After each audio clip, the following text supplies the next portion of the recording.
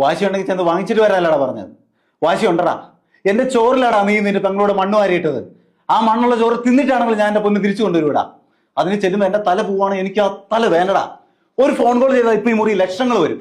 എങ്ങനാ? അതാ ക്യാരക്ടർ, വിശ്വാസം. അത് കുത്തുവാളെന്ന് അജേഷ് ഉണ്ടാക്കിയെടുത്താടാ. അതാ ഇല്ലാതായത്. ഈ സ്വർണ്ണമില്ല പിന്നെ അജേഷ് ഇല്ല. അതിന്റെ ഇടയിലാ നീ. വെറും തെണ്ടിയാടാ അജേഷ്. പക്ഷെ നമ്മുടെ സ്പേസിലെല്ലാം നമ്മൾ പോരാടും. ആ പോരാട്ടത്തിൽ അലക്സാണ്ടർ ചക്രവർത്തിയാടാ അജേഷ്. അയ്യോ രോമാഞ്ചം. സത്യം സത്യം സത്യം, ഞാൻ വെറുതെ പറഞ്ഞല്ലേ, രോമാഞ്ചം വന്നു എനിക്ക്. ചിലപ്പോ ഡയലോഗിന്റെ ആവാം, അല്ലെങ്കിൽ ശരിക്കും ആ ഒരു കിതപ്പ് ഉണ്ടല്ലോ ഡയലോഗിൽ, അതുവരെ ബ്രോ കൊണ്ടുവന്നിട്ടുണ്ട് അവിടെ. സത്യം, ദാറ്റ്സ് ഒബ്സർവേഷൻ.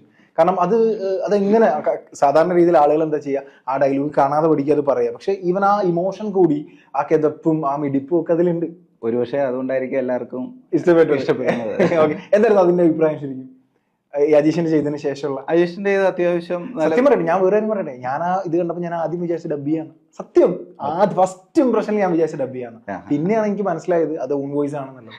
ആദ്യം ഡബ് ചെയ്ത വീഡിയോ ആണ്. അപ്പൊ അത് കഴിഞ്ഞപ്പോ എനിക്ക് ഓൺ വോയിസ് ഒന്ന് ചെയ്താൽ കൊള്ളാൻ തോന്നി. എന്റെ ശരിക്കും ആദ്യത്തെ ഓൺ വോയിസ് വീഡിയോ ആണ് അത്. ഞാൻ അല്ലാതെ ഓൺ വോയിസ് അങ്ങനെ ചെയ്തിട്ടില്ല. അപ്പൊ ആദ്യത്തെ ഓൺ വോയിസ് വീഡിയോ തന്നെയാണ് അത്. അപ്പൊ അത് കുഴപ്പമില്ല, എല്ലാവർക്കും ഇഷ്ടപ്പെട്ടു. ഓക്കെ.